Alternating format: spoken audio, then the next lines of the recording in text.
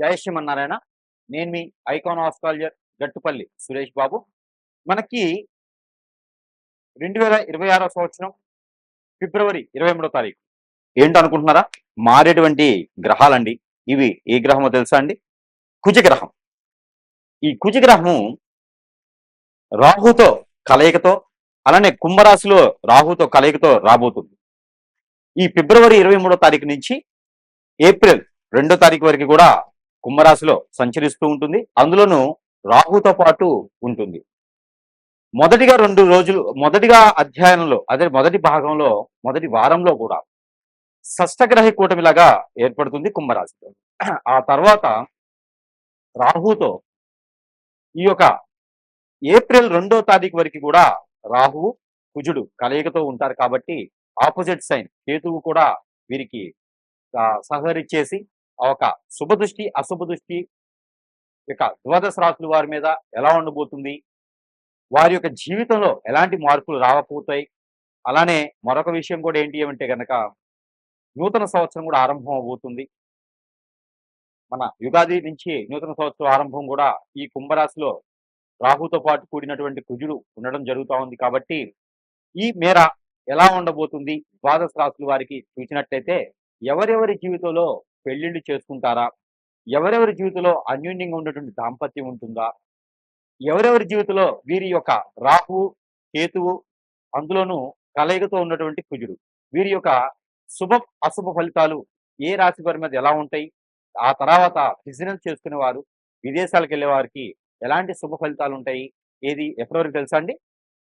ఫిబ్రవరి 23 తారీఖు నుంచి ఏప్రిల్ 2 తారీఖు వరకు కూడా వీరి యొక్క గోచార స్థితిగతుల ప్రకారంగా ఈ యొక్క గ్రహరీత్యా దోషాలు ఏమున్నాయా, వీరి యొక్క స్థితిగతులు ఎలా ఉన్నాయో చూసినట్టయితే కనుక ఒకసారి మనం పరిశీలన చేస్తున్నట్టయితే ద్వాదశ రాశుల్లో ఒకటైనటువంటిది ద్వాదశ రాశుల్లో ఒకటి వృషభ రాశి. ఈ వృషభ రాశి వారికి ఈ యొక్క ఫిబ్రవరి 23 తారీఖు నుంచి ఏప్రిల్ 2 తారీఖు వరకు కూడా ఈ కుజుడు రాహుతో కలయిక కుంభరాశిలో ఎలా ఉండబోతుంది అనేది ఒకసారి మనం గమనించినట్టయితే కనుక ఇక ఈ వృషభ రాశి వారికి ఎడ్యుకేషన్ పరంగా అంటే చదువు పరంగా చాలా బాగుంటుంది, పోటీ పరీక్షలు కూడా చాలా బాగుంటుంది. అలానే తొందరపాటు నిర్ణయాలు తీసుకోవడం వల్ల గేమ్స్ లో ఎవరైనా పాల్గొనాలన్నా, గేమ్స్ లో ఎవరైనా ఉన్నా, నేషనల్ గేమ్స్ ఎవరైనా ఆడేవాళ్ళు ఉంటే కూడా వారికి మంచి యోగ్యత, మంచి అదృష్టం వస్తుంది. కప్పులు కూడా గెలుచుకుని వచ్చేలా ఉంది, కాఫీ కప్పులు కాదు. ఏదైతే నేషనల్ కప్స్ ఉన్నాయో అవన్నీ కూడా మనకి గిఫ్ట్ రూపంగా కప్పులు గెలుచుకుని వచ్చేటువంటి యోచన ఉంది. కాబట్టి ఖచ్చితంగా మిమ్మల్ని ప్రోత్సహించాల్సిందే. ఖచ్చితంగా మీరు ప్రోత్సహించడం ఒకటే కాకుండా మీరు ఏ జట్టుకి ఇలా వెళ్ళినా కూడా ఏ జట్టు కోసం మీరు సపోర్ట్ చేస్తే కూడా వాళ్ళు గెలిచేలా ఉంది. అలా అని చెప్పేసి అని పేకాట్లు జోదం లాంటి ఆడకండి. ఏదైనా కలిసి వస్తుంది కదా అని చెప్పేసి అని పేకాట్ జోలు వెళ్ళకూడదు. కాబట్టి వృషభ రాశి వారికి మరొక అదృష్టం ఉంది. ఏదైనా పెట్టుబడి పెట్టి వ్యాపారం చేయాలనుకుంటున్నారా? ఖచ్చితంగా చేసుకోవచ్చు. మార్చి పొందిన తర్వాత చేసుకోవాలి. అప్పటికి కూడా రాహుతోనే కలిసి ఉంటాడు కుజుడు కుంభరాశిలో. కాబట్టి మార్చి పొందిన తర్వాత ఏదైనా మొదలు పెడితే కూడా మీకు ఖచ్చితంగా కలిసి వచ్చేదానికి కనిపిస్తుంది. ఆ తర్వాత మళ్ళీ రాహు కూడా కుజుడు కూడా రాహుతో పాటు ఇంకో 10 రోజులు అక్కడే ఉంటాడు కాబట్టి ఇబ్బంది లేదు. ఇక మేర ఈ వృషభ రాశి వారికి పెళ్లి ఇప్పటి వరకు కాని వారికి పెళ్లి అవుతుంది. లవ్ మ్యారేజ్ అంటే లవ్ చేస్తుంటే కూడా అది కూడా అరేంజ్ మ్యారేజ్ అయ్యేలా కనిపిస్తుంది. కాబట్టి ప్రయత్నం చేయండి. ప్రయత్నం చేస్తే ఖచ్చితంగా ఏప్రిల్ 2 తారీఖు లోపే మీకు పెళ్లి కూడా అయిపోతుంది. ఏ ఆర్య సమాజ్లోనో ఏ ఆలయాల్లోనో పెళ్లి చేసుకునేటువంటి కనిపిస్తుందండి. కొంచెం పేరెంట్స్ జాగ్రత్తగా ఉండండి. వృషభ రాశి వారి పేరెంట్స్ అయితే మాత్రం ఖచ్చితంగా జాగ్రత్తగా ఉండాల్సింది. ఎందుకంటే కనుక మీ అబ్బాయి అమ్మాయి ఉంటే కనుక వాళ్ళకి లవ్ ఉండొచ్చు లోపల, వారు మీకు చెప్పలేకుండా ఉండొచ్చు. ఒకసారి విచారించండి. ఎందుకంటే ఎక్కువగా అందరినీ అట్రాక్ట్ చేస్తూ ఉంటారు. మన మాట తర్యం ఆ మా వాచుర్యం అంతా కూడా ఎదుటి వాళ్ళని ఇప్పినాడు ఏం చేసేది అలా కనిపిస్తుంది. కాబట్టి మంచివారు వ్యక్తిపరంగా, కానీ వారి యొక్క ఆచరణ అన్ని కూడా అట్రాక్షన్ భావం ఎక్కువ ఉంటుంది వారిలో. కాబట్టి కొంచెం నెమ్మదిగా ఆలోచించుకోవాలి పేరెంట్స్ కూడా. అలానే వీరికి అట్రాక్షన్ ఉంటుంది కాబట్టి నరదిష్టి నరఘోష కూడా బాగా కనిపిస్తా ఉంది. పితృదోషాలతో పాటు ఈ కుజ దోషం ఎవరైనా ఉన్నదా, కాలసర్ప దోషం నాగదోషం ఉన్నదా అనుకుంటే కనుక మనం చెప్పినటువంటి పరిహారం చేసుకోండి. ఇంకా కూడా మీ జాతకం ముందుకెళ్ళట్లేదు, లైఫ్ లో సెటిల్ అవ్వట్లేదు, 25-30 సంవత్సరాలు వచ్చినా కూడా ఇంకా వెతుకుతూనే ఉన్నాం అనుకునేటువంటి మేషరాశి వృషభ రాశి వారు ఎవరైనా ఉంటే కనుక వారి మీద ఏదైనా అష్టదిబ్బందిని కానీ, ఏదైనా హిప్నటిజం కానీ, చాతబడి కానీ ఏదైనా ఎదగకుండా చేసేదానికి క్రియలు జరిగి ఉండొచ్చు. అదంతా కూడా గమనించుకుంటూ ఉండాలి. గమనించుకుంటూ ఉండి ఏదైనా సమీపంలో గురువు గారు ఉంటే సంప్రదిస్తే కనుక మీకున్నటువంటి పరిష్కార మార్గం, మీకున్న సమస్యకి పరిష్కార మార్గం చూపించడానికి ఉంటుంది. కాబట్టి ఆ మేర ప్రయత్నం చేయండి. చిన్న పరిహారం ఒకటి చేసుకుని అదృష్టవంతులు అవ్వచ్చు. అలానే ఈ రాశి వారైతే కనుక ఖచ్చితంగా ఇలాంటి పరిహారం ఒకటి చేసుకున్నట్లయితే మనం అనుకున్నట్టుగా మీలో ఉన్నటువంటి దోషాలే కావచ్చు, ఈ యొక్క రాహు, కేతువుది, దాంతో పాటు కుజునిది. ఈ దోషాలు ఎవరికైతే ఉన్నాయో వారు ఎక్కువగా ఇలాంటి పరిహారం చేసుకోవడం ద్వారా అన్ని రకాల సానుకూలమైనటువంటి వాతావరణం అయితే మీకు లభ్యపడేదానికి అవకాశం ఉంది కాబట్టి ఈ పరిహారం అయితే మీకోసం. ఎవరి జాతకంలో అయినా సరే రాహుకేతు దోషం ఉంది అనుకున్నప్పుడు ఈ యొక్క రాహువు కుజుడితో పాటు కుజుడు రాహుతో పాటు సంచరించేటప్పుడు అది కూడా కుంభరాశిలో సంచరించేటప్పుడు ఈ యొక్క చిన్న పరిహారం చేసుకోవాలి. అది ఏమిటో తెలుసా అండి?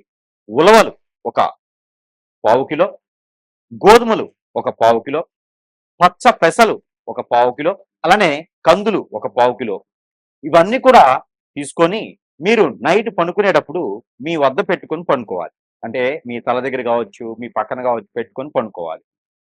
తెల్లవారి లేచిన తర్వాత ఇది మీరు మంగళవారం నైట్ చేయాలి. తెల్లవారి లేచిన తర్వాత అవన్నీ కూడా మీకు సమీప దూరంలో ఎక్కడైనా ఇవి నవగ్రహాలు ఉంటాయి. ఆ నవగ్రహాల దగ్గరికి తీసుకొని వెళ్ళి నవగ్రహాల చుట్టూతా 11 సార్లు ప్రదక్షిణ చేసుకుంటూ ఈ యొక్క మిశ్రమాలు ఏవైతే ఉన్నాయో ఈ తీసుకున్నటువంటి అన్ని కూడా వాటి మీద అభిషేకం చేసుకోవాలి.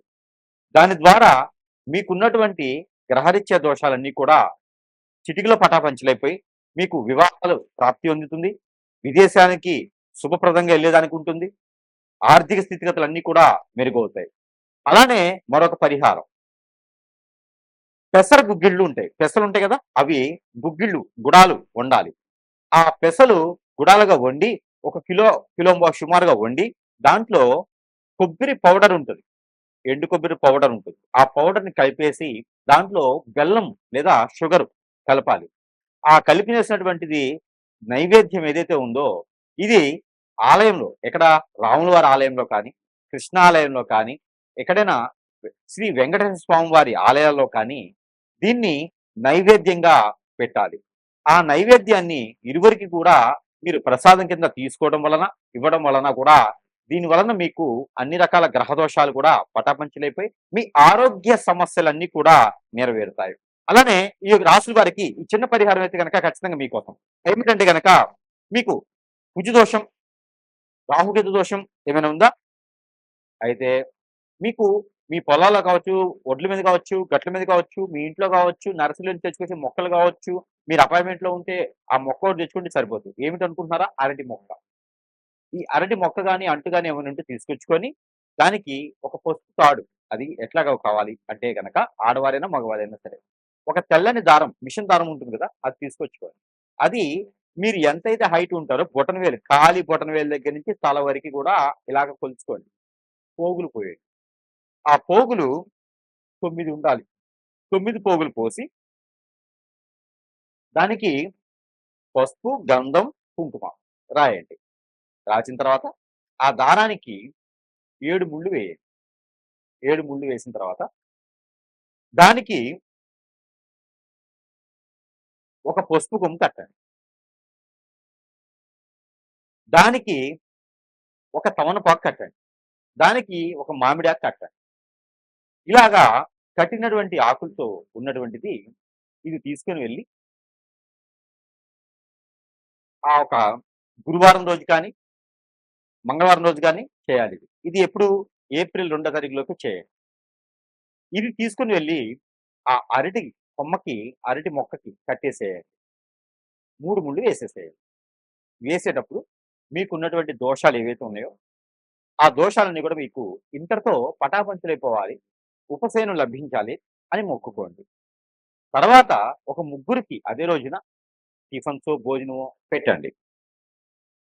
ఇది అయిన తర్వాత చెట్టు తీసుకెళ్ళి మరుసటి రోజు ఒక నిద్ర చేసిన తర్వాత ఆ మొక్కను తీసుకుని వెళ్ళి ఎక్కడైనా ఆలయంలో గాని స్థాపించండి. మీ పొలాలుంటే పొలాల్లో స్థాపించండి. ఈ 2 లేదనుకుంటే ఇంట్లో ఉంచకండి. తీసుకొని వెళ్లి ఎక్కడైనా పారేడు నీటిలో వేసేయండి. ఆ కుండీతో సహా పారేడు నీటిలో వేయండి. ఇలా చేయడం ద్వారా కాలసర్ప దోషం, నాగదోషం, కుజదోషం, కలస్త్ర దోషం, దాంట్లో కూడా రాహుకేతు దోషం, భార్యాభర్త దూరమైన, పెళ్ళైన తర్వాత దూరమైన, పెళ్లి కావట్లేదనుకున్నా, ఎంగేజ్‌మెంట్‌లో సంబంధాలు ఆగిపోయినా, దగ్గర దగ్గరకి సంబంధాలు పోయినా కూడా ఈ యొక్క పరిహారం చేసుకుంటే అదృష్టం అనేది మీ వరకు వస్తుంది. అలానే అదే అరటి మట్ట తీసుకొని అదే రోజున మట్టలో దీపారాధన చేసి 2 ఒత్తులేసి, ఆవు నెయ్యితో దీపారాధన చేసి, నీటిలో వదలాలి. మనం కార్తీక మాసంలో వదులుతాం కదా! అలాగా. నీటిలో వదలాలి. ఎక్కడైనా చెరువు, కుంట లేకపోతే మీ ఇంట్లో ఉన్నటువంటి గాబులు, ఇట్లా బకెట్‌లో నీళ్లు పట్టి దాంట్లో వదలాలి. కొండెక్కేదా దాన్ని అలా వదిలేసేసేయాలి. ఇలా చేయడం ద్వారా ఆర్థిక సమస్యలు, ఆరోగ్య సమస్యలు కూడా మీకు ఇలా పటాపంచలైపోతాయి. ఈ ప్రయత్నాలు చేసుకొని అదృష్టవంతులవ్వండి.